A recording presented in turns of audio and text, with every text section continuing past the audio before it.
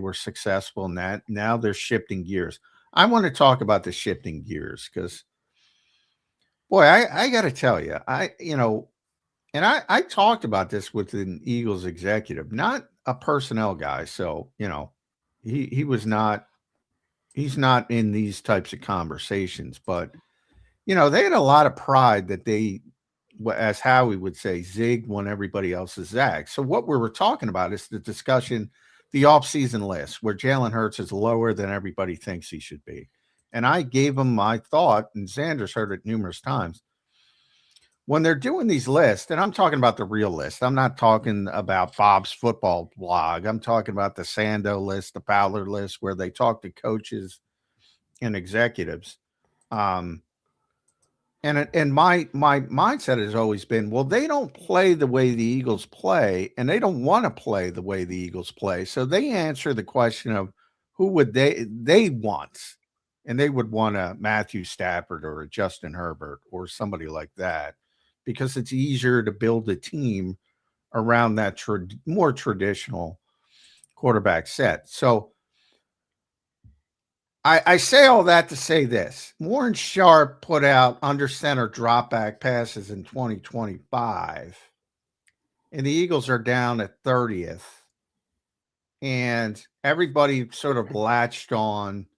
And by the way, that's a big improvement from where they usually are, because they were strictly a gun, pistol team. And they pretty much still were last season, although they did it more to run.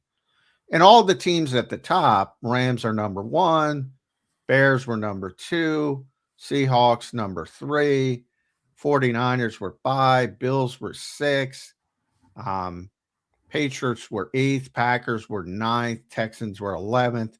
And the teams who didn't make the playoffs, those were all playoff teams.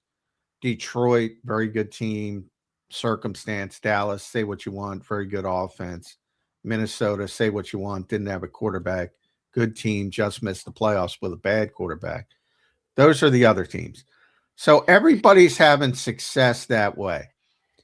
Until you look down and look at the teams that, don't have success and look at the personnel of those teams. My point is, are people just assuming if you put somebody under center, that you win? Like, where are we? Why is everybody? I don't like groupthink, Mike Gill. Yeah. And the Eagles are going along for the ride. I don't like it. And do they have the personnel to go along for the ride? It's one thing if they think, hey, we had a quarterback that was not being utilized properly in the previous system, so we got rid of those people. And now we're bringing in somebody who's going to get more out of our quarterback. Wasn't the thought process is they ran what they ran because they tried to maximize what they had from the quarterback. Not that they were leaving meat on the bone here. So do we think that putting Jalen Hurts under center and having him try to run a, Matt LaFleur, Sean McVay, Kevin O'Connell, Mike McDaniel type of offense is now going to unlock this guy to become a 4,000-yard passer, some elite, pass game all of a sudden? I don't know that a lot of people believe that, right? I mean, I think what has really hurt Jalen in the last year or so in terms of this offense is his lack of using his running ability to add that extra dimension has really cost this team offensively. That and, it's funny. I don't know if you guys caught wind of the Jeff Garcia little story that happened from Radio Row, which originated on our show, in which he claims he called the Eagles to help coach to join the staff. He had been Sean Mannion's coach in LA with the Rams in 2015. He says he called Nick, he called Howie, he offered his services to coach, and his reasoning was valid. That part of it was bizarre. Now, the Eagles reached out to Jeff Mosher and said, there's only one problem with this story, Jeff. Jeff Garcia has never reached out to us. Now, he was adamant on our show. Twice he brought it up on 2 different occasions. He did offer. I had no idea he had coached Sean Mannion. So bad job by me. I didn't know that background. He offered it and then offered that he called the team to coach.